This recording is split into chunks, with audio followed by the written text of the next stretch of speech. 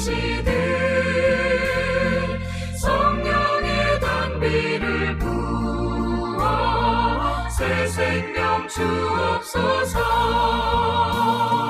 절 따라 우로를 내려 조목이 무성하니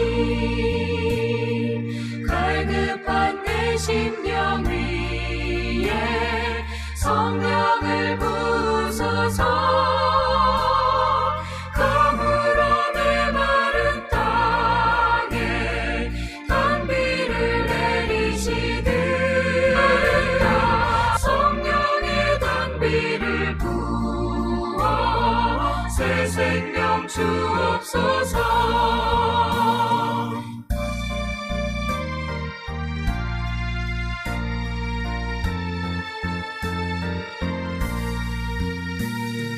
참되신 사랑의 언약 어길 수 있사오랴.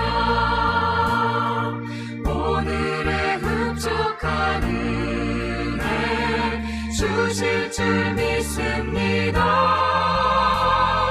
가물어 메마른 땅에 단비를 내리시듯 성령의 단비를 부어 새 생명 주옵소서. 아멘.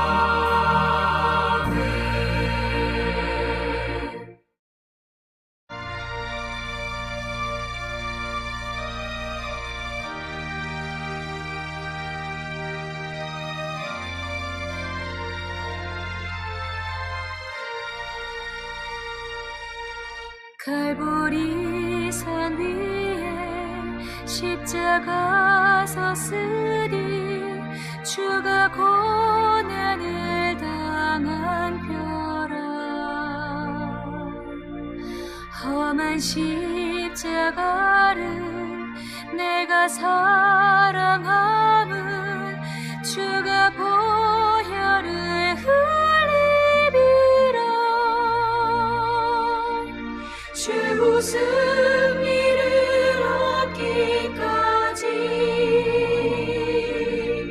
주의 십자가 사랑하리. 빛나며 육원 어디까지 험한 십자가 붙들겠네. 멸시 전에 받은 주의 십자가에 나의 마음이 끌리도다. 귀한 어린 양이 세상 죄를 지고 험한 십자가 지셨도다. 최후 승리를 얻기까지 주의 십자가 사랑하리. 빛나며 육원 어디까지 험한 십자가 붙들겠네. 험한 십자가에 주가 흘린 피를 믿는 마음으로 바라보니 나를 용서하고 내 죄 사하시려 주가 흘리신 보혈이라. 최후 승리를 얻기까지 주의 십자가 사랑하리. 빛나며 육원 어디까지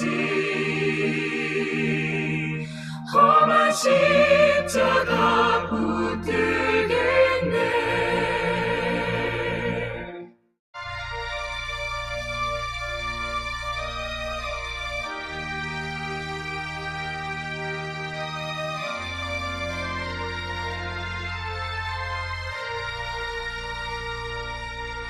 주님 예비하신 나의 보양집에 나를 부르실 그날에는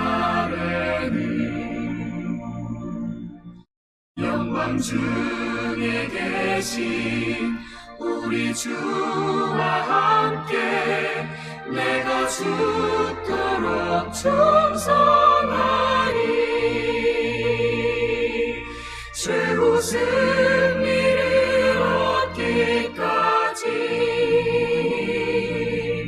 주의 십자가 사랑하리. 빛난 멸류관 받기까지 험한 십자가 붙들겠네.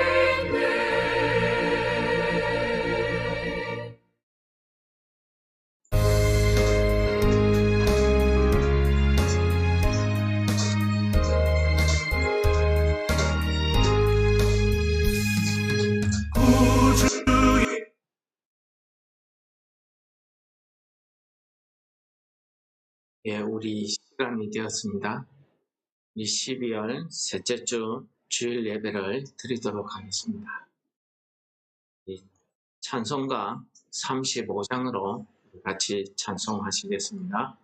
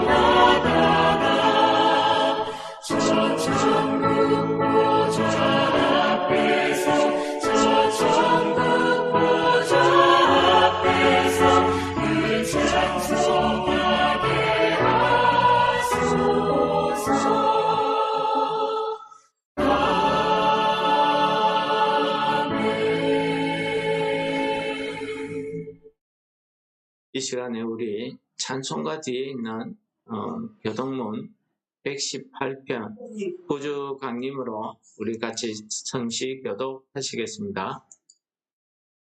나는 시온의 의가 빛같이 예루살렘의 구원이 횃불같이 나타나도록 시온을 위하여 잠잠하지 아니하며 예루살렘을 위하여 쉬지 아니할 것인즉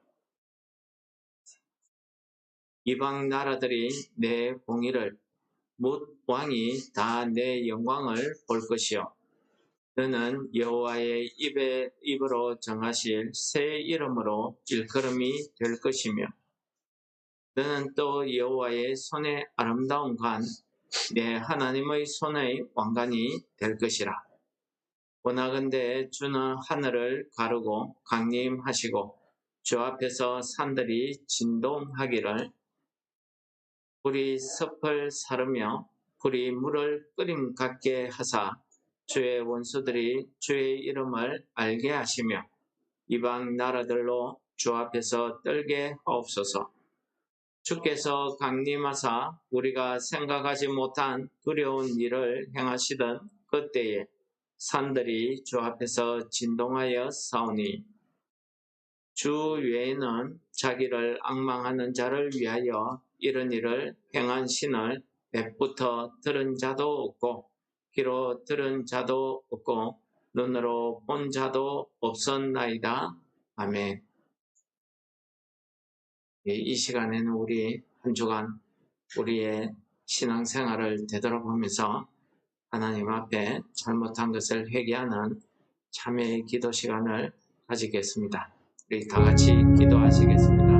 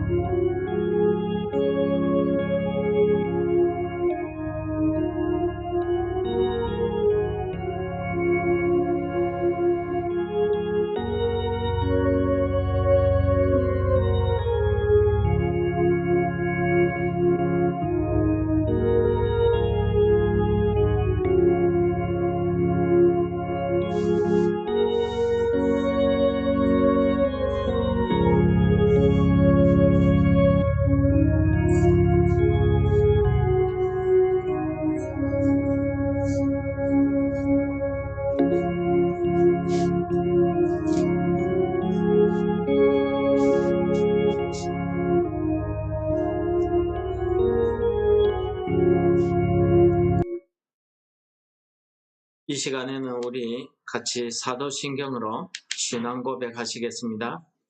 전능하사 천지를 만드신 하나님 아버지를 내가 믿사오며 그 외아들 우리 주 예수 그리스도를 믿사오니 이는 성령으로 잉태하사 동정녀 마리아에게 나시고 본디오 빌라도에게 고난을 받으사 십자가에 못 박혀 죽으시고 장사한 지 사흘 만에 죽은 자 가운데서 다시 살아나시며 하늘에 오르사 전능하신 하나님 우편에 앉아 계시다가 저리로서 산자와 죽은 자를 심판하러 오시리라.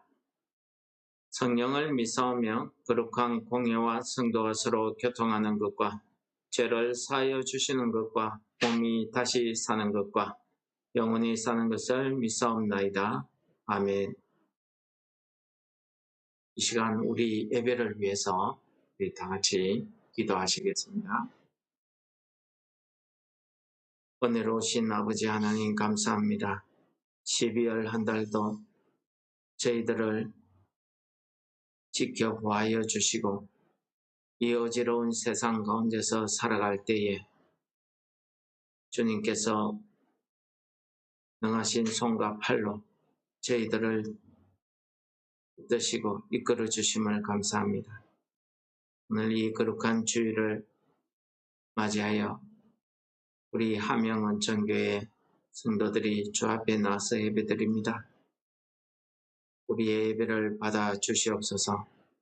성삼위 하나님께서 이곳에 함께 하셔서 이 자리에 앉은 한 사람 한 사람의 심령을 주관하여 주시고 우리가 이 한 시간 하나님 앞에 온전히 예배드릴 수 있도록 우리를 도와주시옵소서.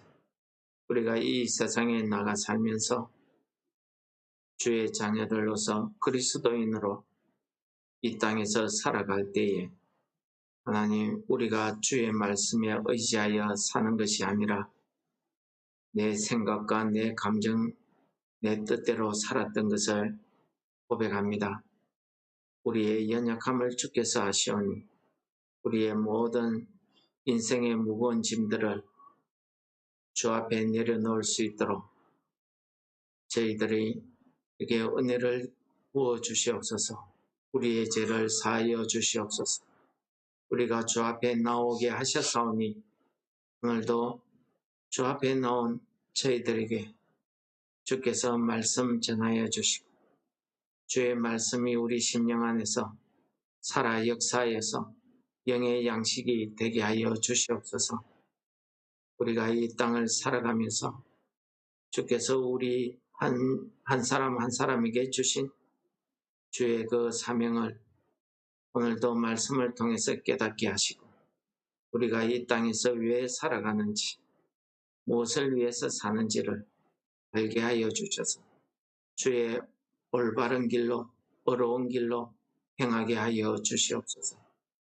우리의 예배와 우리의 모든 삶을 통해서 하나님의 영광이 드러나게 하시고 주의 뜻이 하늘에서 이루어진 것 같이 이 땅 위에서 우리의 삶이 주의 뜻을 이루어갈 수 있도록 성령께서 저희들에게 역사하여서 능력을 다하여 주시옵소서. 우리의 예배 가운데 이 예배를 방해하는 악한 영들의 모든 방해를 물리치시고 우리가 온전히 하나님 앞에 드려지는 예배 되게 하여 주옵소서. 예수님 이름으로 감사 기도 드립니다. 아멘.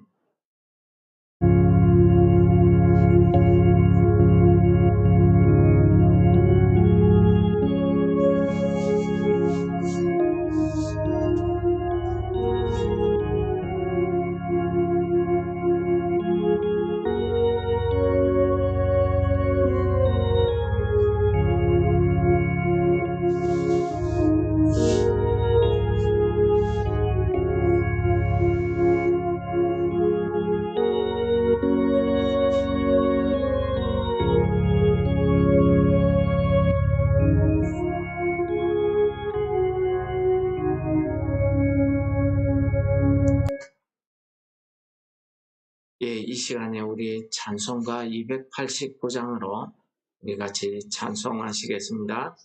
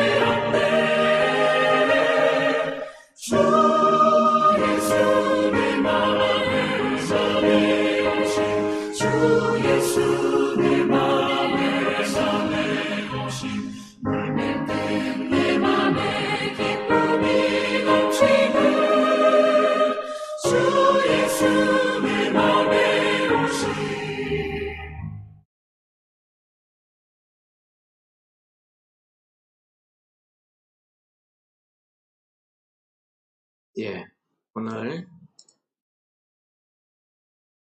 성경 말씀은 우리 구약 성경 출애굽기서 3장입니다. 1절에서 10절 말씀을 읽도록 하겠습니다. 모세가 그의 장인 미디안 제사장 이드로의 양떼를 치더니 그 떼를 광야 서쪽으로 인도하여 하나님의 산 호렙에 이르매 여호와의 사자가 떨기나무 가운데로부터 나오는 불꽃 안에서 그에게 나타나시니라. 그가 보니 떨기나무에 불이 붙었으나 그 떨기나무가 사라지지 아니하는지라. 이에 모세가 이르되 내가 돌이켜 가서 이 큰 광경을 보리라. 떨기나무가 어찌하여 타지 아니하는고 하니 그때에 여호와께서 그가 버리고 돌이켜 오는 것을 보신지라. 하나님이 떨기나무 가운데서 그를 불러 이르시되 모세야 모세야 하시매 그가 이르되 내가 여기 있나이다. 하나님이 이르시되 이리로 가까이 오지 말라. 내가 선 곳은 거룩한 땅이니 내 발에서 신을 벗어라. 또 이르시되 나는 내 조상의 하나님이니 아브라함의 하나님, 이삭의 하나님, 야곱의 하나님이니라. 모세가 하나님 배웠기를 두려워하여 얼굴을 가리매 여호와께서 이르시되 내가 애굽에 있는 내 백성의 고통을 분명히 보고 그들이 그들의 감독자로 말미암아 부르짖음을 듣고 그 근심을 알고 내가 내려가서 그들을 애굽인의 손에서 건져내고 그들을 그 땅에서 인도하여 아름답고 광대한 땅, 젖과 꿀이 흐르는 땅, 곧 가나안 족속, 헷 족속, 아무리 족속, 그리스 족속, 히위 족속, 여부스 족속의 지방에 데려가려 하노라. 이제 가라. 이스라엘 자손의 부르짖음이 내게 달하고 애굽 사람이 그들을 괴롭히는 학대도 내가 보았으니 이제 내가 너를 바로에게 보내어 너에게 내 백성 이스라엘 자손을 애굽에서 인도하여 내게 하리라. 예. 오늘 출애굽기 3장의 내용은 우리가 너무나도 잘 아는 그러한 내용입니다. 이 출애굽기 3장에 나오는 이 모세라는 사람은 그냥 일반 보통 오늘 본문에 나와 있는 것처럼 양을 치는 그런 목자가 아니었습니다. 그의 출신은 히브리 사람이었지만은 그는 당시 바로의 명령 때문에 죽임을 당할 뻔한 사람이었습니다. 그의 어머니가 그를 낳고 보니 아이가 너무 아름답게 생긴 겁니다. 그런데 그 나라, 애굽 나라에서는 왕이 히브리 사람들 중에서 남자아이가 태어나면은 즉시 죽이라는 법이 있었습니다. 왕의 명령이 떨어졌죠.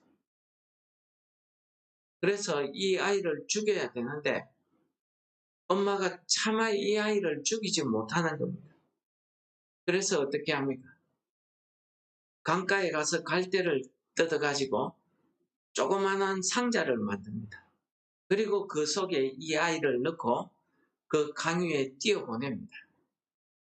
엄마가 무슨 생각으로 그렇게 했는지는 모르겠습니다.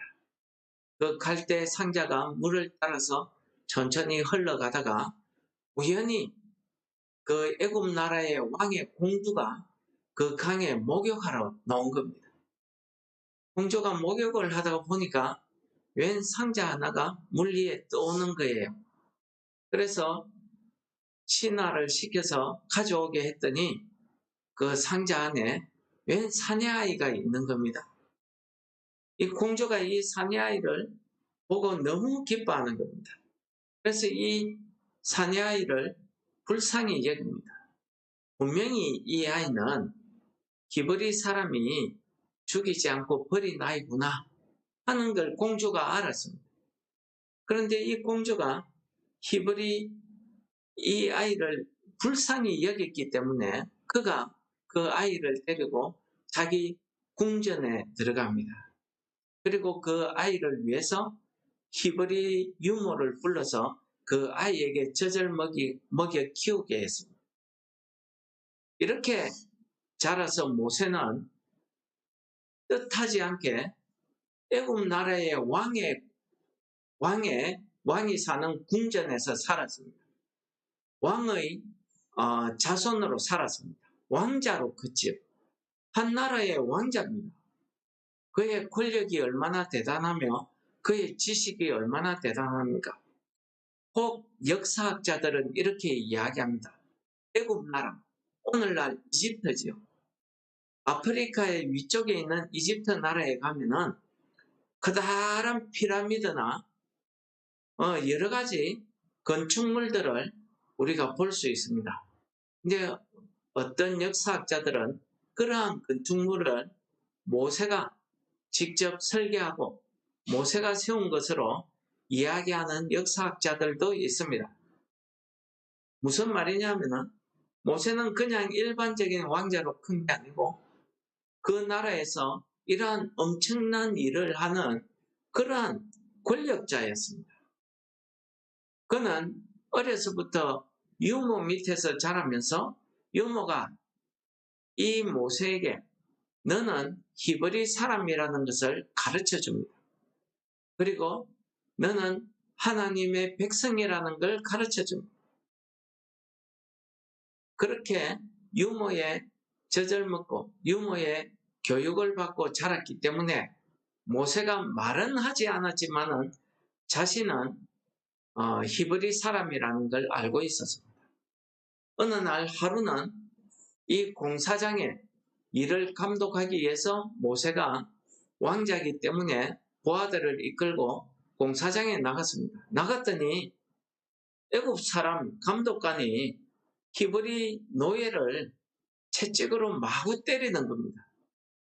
웬일인지 그날은 이 모세가 그것을 보고 화가 났습니다. 저것이 어떻게 우리 동족을 때리고 저렇게 괴롭히느냐 싶어서 그 감독관을 불러서 그 자리에서 쳐 죽였습니다. 그리고 그 시체를 공사장 한 곳에 묻어두었죠. 그 다음날 나갔더니 이 히브리 노예들끼리 서로 싸우는 겁니다. 그래서 모세가 가서 왜 같은 동족끼리 싸우냐고 이야기하니까 그 중에 한 사람이 화가 났는지 모세에게 감히 왕자에게 이렇게 이야기합니다. 당신이 어제 애굽인을 때려 죽이더니 오늘은 우리를 때려 죽이려 하는가? 이상하지요? 이 모세가 그 말을 듣자 겁이 났습니다. 왜요? 이 애굽 사람을 때려 죽인 일을 이 히브리 노예들이 알고 있다는 것은 이미 내가 사람을 죽였다는 사실을 온 세상이 다 알고 있다고 생각을 했던지 이 모세는 그 히브리 노예의 말 한마디에 겁을 먹고 왕궁을 빠져나와서 저 사람들이 살지 않는 광야로 도망을 갔습니다. 도망을 가서 이 모세가 어디에 갔냐면은 미디안이라는 족속이 사는 그곳에 가서 거기에서 미디안을 섬기는 신을 제사하는 제사장 이드로라는 사람의 집에 가서 살게 되었습니다. 그 집에서 그냥 먹고 살 수는 없으니까 그 집에 있는 가축, 즉 양떼를 치는 그 목동으로서 그 집에 살고 있었던 겁니다. 오늘 우리가 읽은 본문 말씀은 이렇게 목동으로 살아가던 모세에게 하나님이 찾아오신 이야기를 우리가 읽었던 것입니다. 여러분, 제가 왜 이 모세 이야기를 여러분들에게 들려드리냐 하면은 우리가 모세 이야기는 너무나 잘 알고 있습니다. 심지어 교회 안 다니는 사람도 모세 이야기는 잘 알고 있는 이야기입니다. 모세는 한 나라의 왕자입니다. 그는 권력자입니다. 그가 왕자가 백성 하나, 그 감독관 하나 때려 죽였다고 해서 누가 모세를 너 살인자지 하고 잡아서 감옥에 가둘 사람이, 벌을 줄 사람이 누가 있겠습니까? 그 나라에서 모세에게 벌을 줄 수 있는 사람은 아마 애굽 나라의 왕 바로 외에는 아무도 없을 겁니다. 모세는 아마 이 바로가 자기를 어떻게 이 죄를 뒤집어서 죽일 것이다 그런 생각을 했는지 어땠는지 모르겠지만은 모세가 감독관을 죽이고 그 사실이 발각된 것 때문에 이 광야 도망을 와서 산다. 여러분, 모세는 한 나라의 왕자고, 제가 앞에서 잠깐 설명드렸지만 우리가 오늘날 이집트에서 보는 피라미드를 비롯해서 스핑크스 같은 여러 가지 신비한 건축물들을 설계하고 건축한 사람이 이 모세라고 역사학자들이 이야기하고 있을 정도입니다.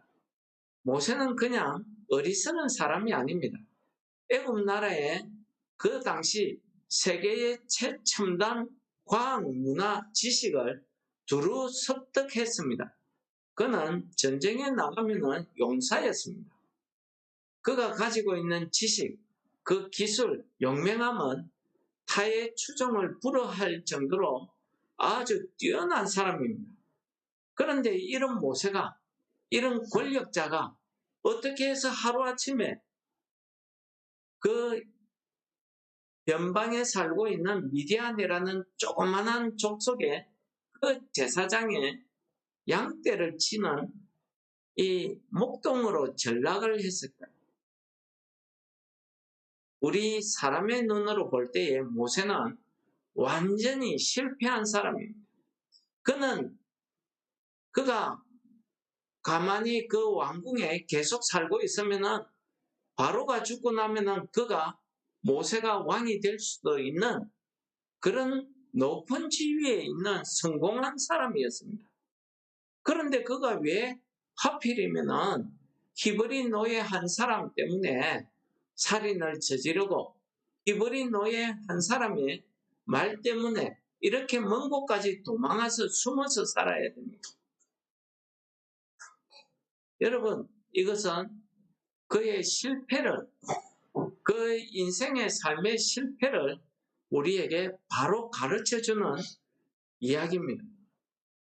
여러분, 미디안의 제사장 이드로의 양떼를 치는 목동이 왕자의 자리에서 목동으로 실패해서 쫓겨다니는, 숨어 사는 이 모세. 여러분, 이 모세를 우리는 사람들이 가르쳐서 실패자라고 이야기할 수 있는 것입니다. 그런데 이 모세에게 하나님이 찾아오신 사건을 오늘 본문이 우리에게 가르쳐 줍니다.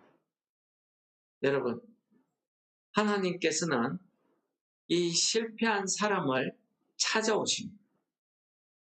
이 세상의 모든 신들과 종교들은 사람이 실패하면은 그 신을, 그 종교를 찾아가게 되어 있습니다. 불교도 그렇습니다. 이 땅에서 살다가 실패하고 좌절하고 기댈 곳, 의지할 곳이 없으면 어떻게 합니까? 머리 깎고 절에 귀의를 하게 됩니다. 절에 가서 스님으로 산다는 거죠. 모든 이 세상의 종교는 사람이 신을 찾아가지 신이 사람을 찾아오는 경우는 없습니다. 왜 그렇습니까? 사람들은 신에 대해서 무서움, 두려움을 가지고 있습니다. 왜요? 내가 잘못하면은 저 신이 나를 벌 주겠다. 내가 죄를 지으면은, 내가 나쁜 짓 하면은 신이 나를 벌 주지 않을까. 또 우리가 착하게 사는 이유가 뭡니까? 내가 착한 일을 하면은 신이 내게 복을 줄 거야. 이런 기대 때문에 착하게 사는 거 아닙니까?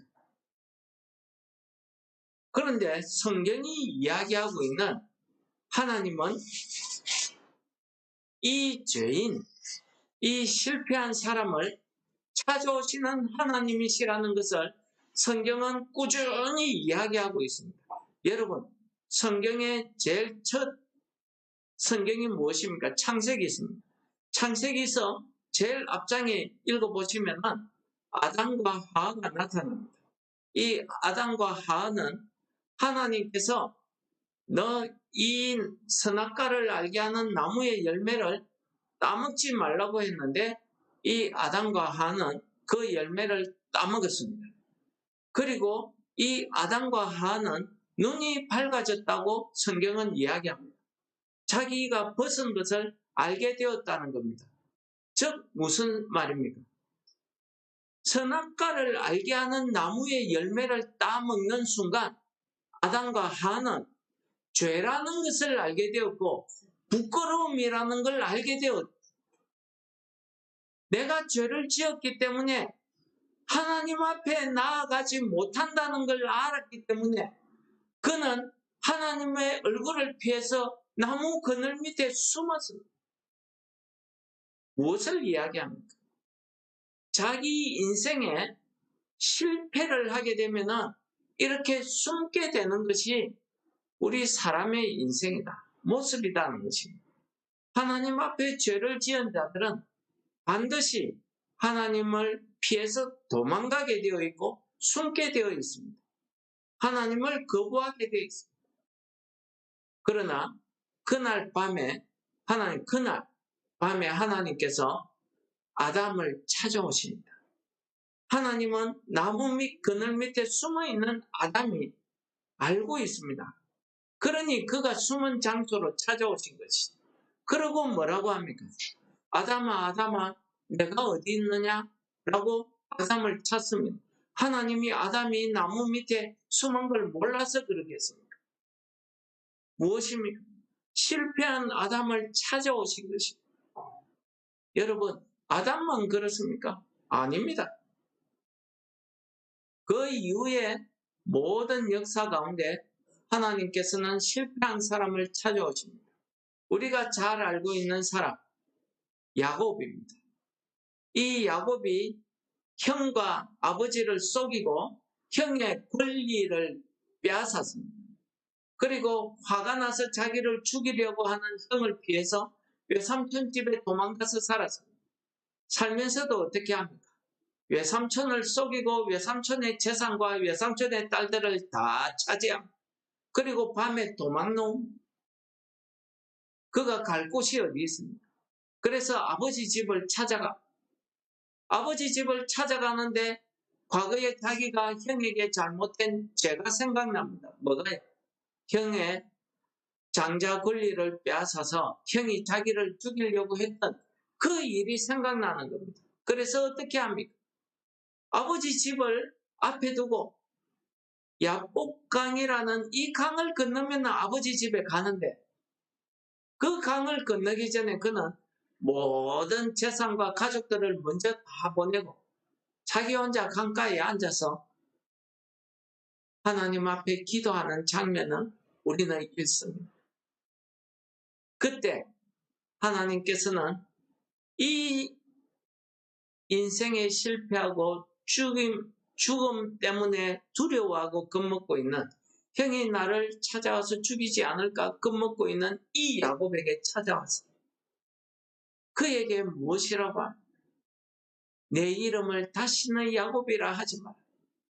내 이름을 이스라엘이라 하라. 그의 이름의 뜻이 무엇입니까? 만인의 이스라엘, 복의 구는 너를 통해서 구원받을 자. 그가 실패한 야곱에서 하나님이 구원하신 이스라엘로 변화되는 순간이었습니다. 구약에만 이런 사건이 있습니까? 아닙니다. 신약에 가도 이런 사건이 나타납니다. 여러분들 예수님의 12제자 잘 아시죠? 이 12제자들은 예수님이 잡히시는 그날 밤에 다 예수님을 버리고 도망갔습니다. 그리고 예수님이 십자가에 달려 죽었다는 소식을 그들이 들었습니다. 그래서 어떻게 합니까? 그들이 이제 우리 선생도 죽었고 우리가 살 희망이 없으니까 우리가 원래 직업인 어부 고기잡이 하러 가야 되겠다 하고 다들 고기잡이 하러 갔습니다. 부활하신 예수님께서 고기잡이 하러 간 그 제자들에게 나타나신 것입니다. 너희들에게 평안이 있을지어다 하시면 나타났어요. 고기 잡는 그 현장에 나타나셨습니다. 얘들아, 와서 조밥 먹으라. 제자들이 고기도 못 잡고 빈배로 그 육지에 올라서 예수님이 오라는 말씀을 듣고 가서 보니 숯불에 고기도 떡도 구워져 있는 것입니다. 여러분, 자기를 버리고 배신하고 도망간 제자들에게 예수님이 너 왜 나 모른다고 했어? 왜 나 죽을 때 내 놔두고 도망갔냐? 책망하지 않았습니다. 오히려 조밥 먹으라는 거예요. 예수님이 잡혀가는 걸 보고 뒤따라간 베드로는 예수님이 어떻게 되는가 보려고 갔다가 그 조그만한 여종애가 너도 저 예수와 같은 패거리지 하는 소리에 깜짝 놀라서 아니다 나는 모른다. 3번이나 부인합니다. 마지막 부인 때는 어떻게 합니까? 예수님을 저주합니다.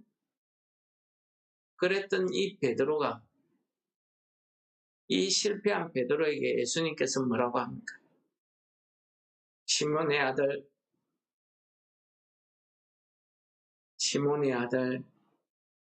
베드로야, 내가 나를 사랑하느냐? 예, 주님, 내가 주님 사랑하는 걸 주께서 아십니다. 가서 내 양을 먹이라. 어디 베드로만 그렇습니까? 예수님 제자들만 그렇습니까? 우리가 잘 알고 있는 유명한 전도자, 사도 바울은 어떤 사람입니까? 그는 예수님을 믿는 사람들을 잡아서 죽이는 일에 앞장섰던 사람입니다. 그러나 다메섹에서 예수 믿는 사람들을 잡아 죽이려고 가는 그 길목에서 그는 예수님을 만나게 됩니다. 그래서 어떻게 합니까?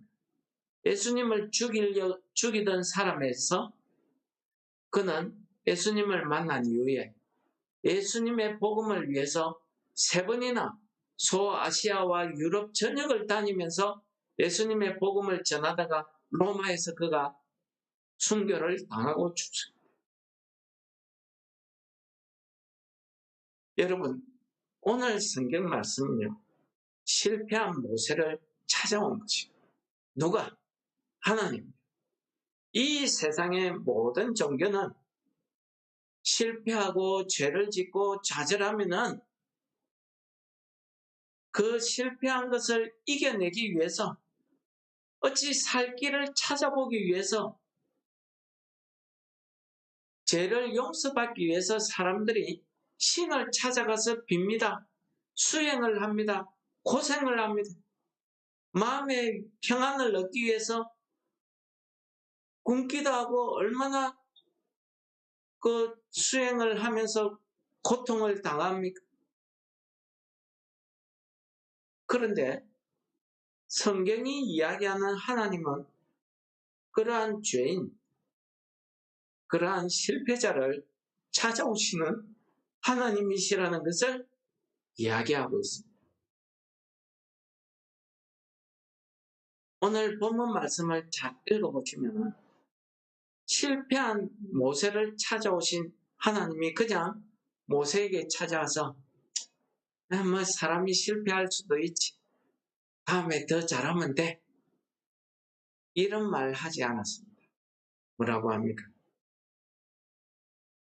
하나님은 그 모세를 뜰기나무, 불에 타지 않는 그 뜰기나무 앞으로 불러서 그 모세에게 사명을 허락하십니다.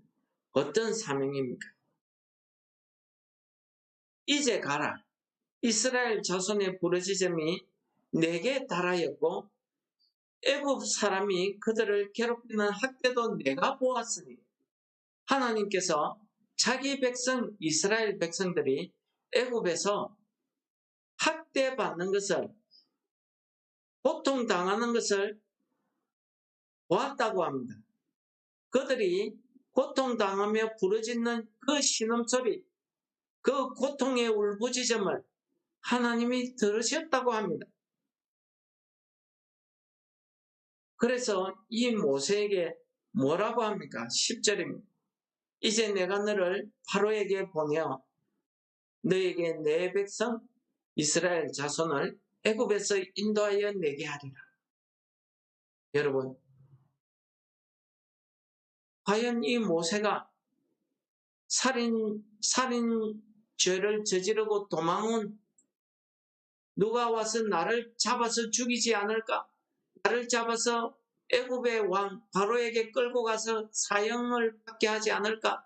겁이 나서 숨어 살고 있는 이 모세에게 하나님이 찾아오셔서 그에게 사명을 허락하십니다. 하나님께서 고통에 신음하고 있는 이스라엘 자손들을 구원하기 위해서 내가 너를 바로에게 보낸다 말씀하십니다. 여러분, 이게 무슨 소리입니까? 바로가 나를 잡아 죽이려고 하는데 그 바로에게 보낸다니요. 여러분, 이건 마치 죽으러 가라는 소리, 모세에게는 죽으러 가라는 소리입니다. 모세가 가고 싶겠습니까? 모세는 가기 싫어서 여러 가지 변명을 하고 핑계를 대고 이 핑계, 저 핑계. 나중에는 하나님께서 그의 형 아론을 통해서 그가 바로 앞에 설 수 있는 하나님의 능력의 지팡이를 그에게 쥐어서 보냅니다. 모세에게, 이 실패하고 도망간 숨어 사는 이 모세에게 내가 너를 바로에게 보내어 내 백성 이스라엘 자손을 애굽에서 인도하여 내게 하리라. 사명을 허락하신 것입니다. 예수 믿는 사람을 죽이던 그 바울을 찾아가신 예수님께서 그 바울에게 뭐라고 하십니까? 내가 반드시 로마의 황제 가이사 앞에 서야 할 것이고 그 앞에서 내 복음을 전해야 될 것이다. 그 전까지는 내가 어떤 일을 당해도 죽지 않을 것이다.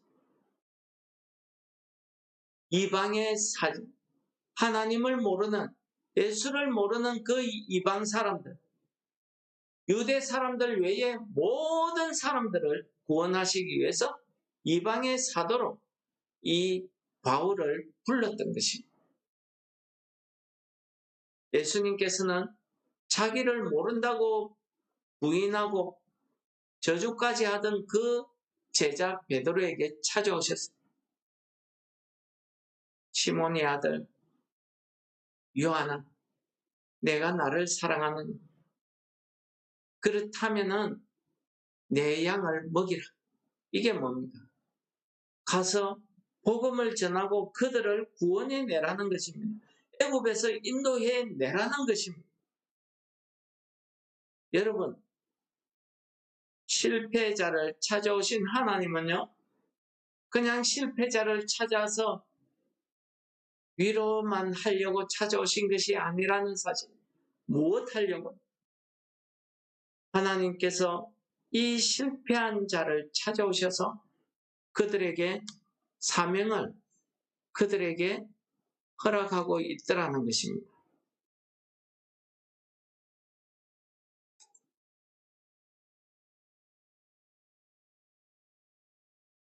이렇게 하나님께서 실패자들을 찾아오신 이유는 그들을 통해서 하나님의 일, 구원의 일을 전도하는 일을, 이 일을 하라고 말씀하려고 찾아오셨다는 것입니다.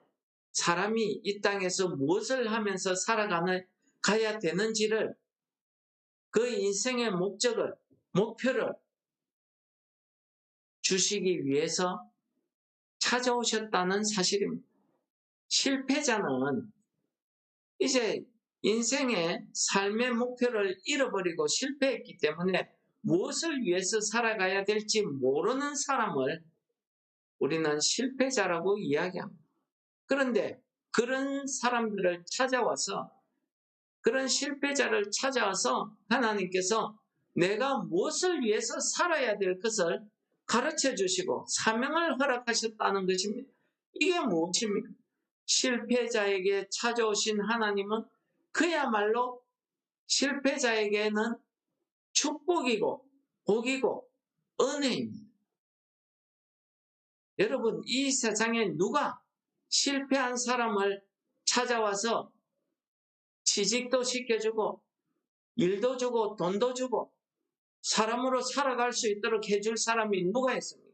이 세상에서는 없습니다. 그러나 하나님께서는 그런 실패자들을 찾아오셨습니다.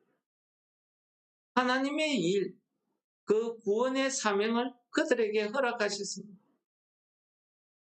마지막으로 우리가 고린도후서 12장 9절을 읽고 제가 말씀을 마치려고 합니다. 왜 하나님께서는 하필이면 능력 있는 사람, 성공한 사람, 무엇이든지 해낼 수 있는 능력자들을 찾아가서 이 큰 사명을 맡기면은 그들이 얼마나 큰 일을, 얼마나 많은 열매를 맺겠습니까? 그런데 왜 하나님은 하필 실패자를 찾아오겠습니까? 왜 아무것도 하지 못하는 사람을 찾아오겠습니까? 고린도후서 12장 9절은 이렇게 우리에게 이야기합니다. 나에게 이르시기를 내 은혜가 내게 족하도다. 이는 내 능력이 약한 데서 온전하여짐이라 하신지라. 그러므로 도리어 크게 기뻐함으로 나의 여러 약한 것들에 대하여 자랑하리. 이는 그리스도의 능력이 내게 머물게 하려 합니다.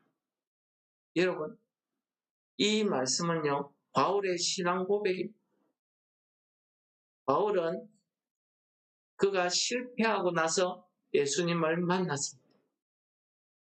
그리고 그가 이 고린도 교회 성도들에게 왜 하나님을 핍박하든 예수를 핍박하든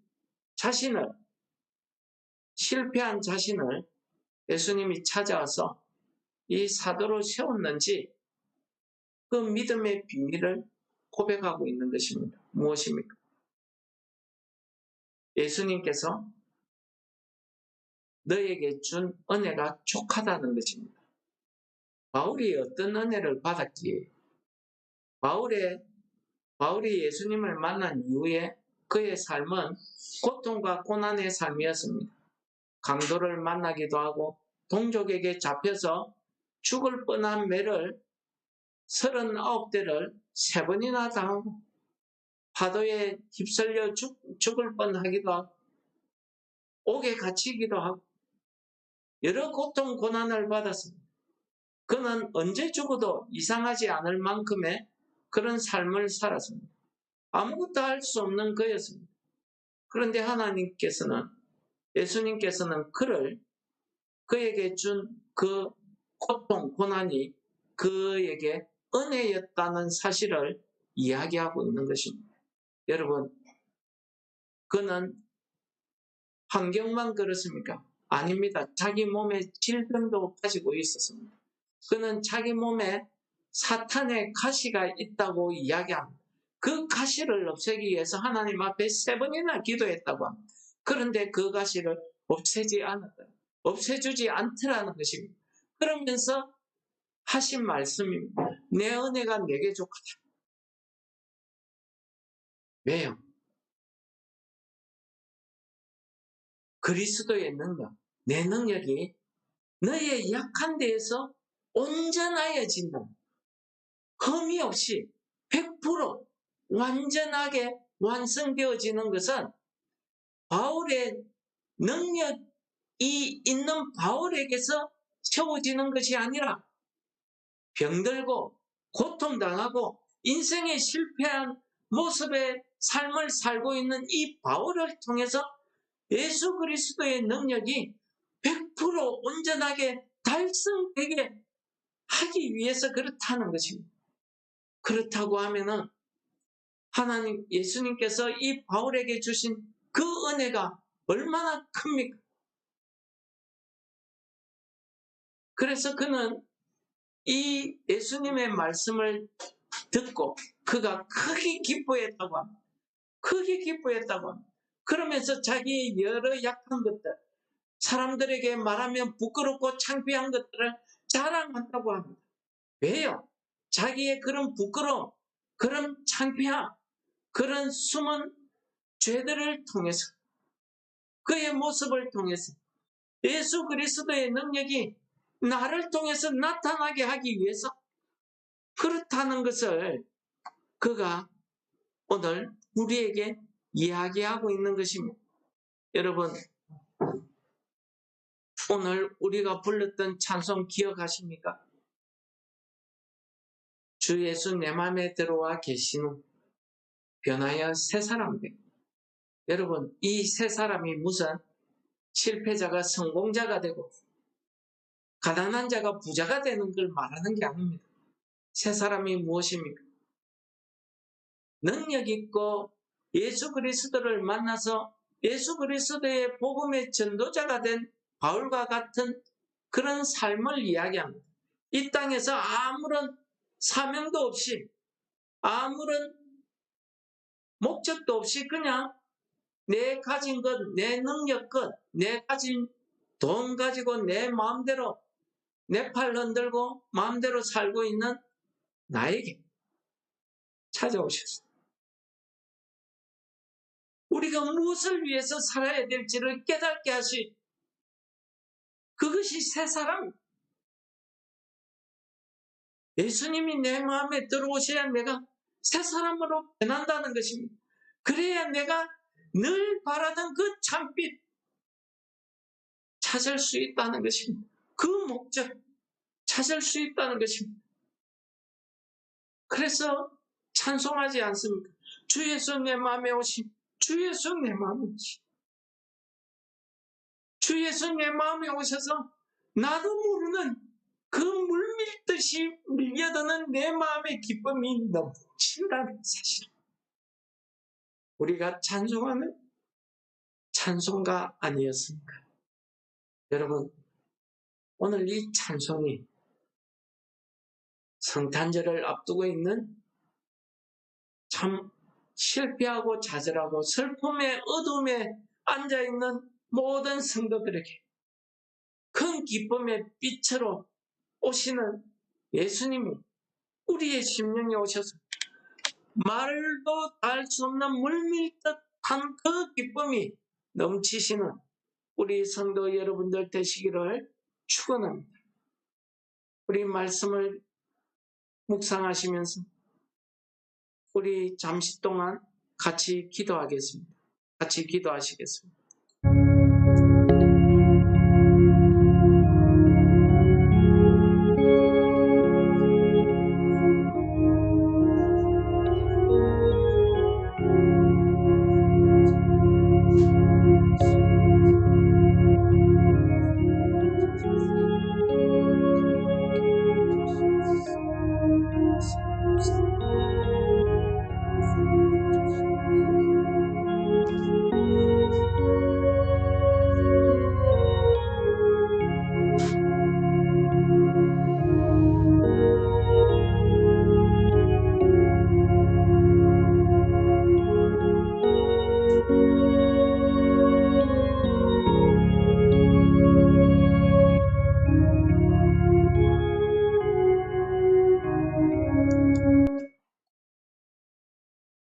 이 시간 우리 찬송가 314장을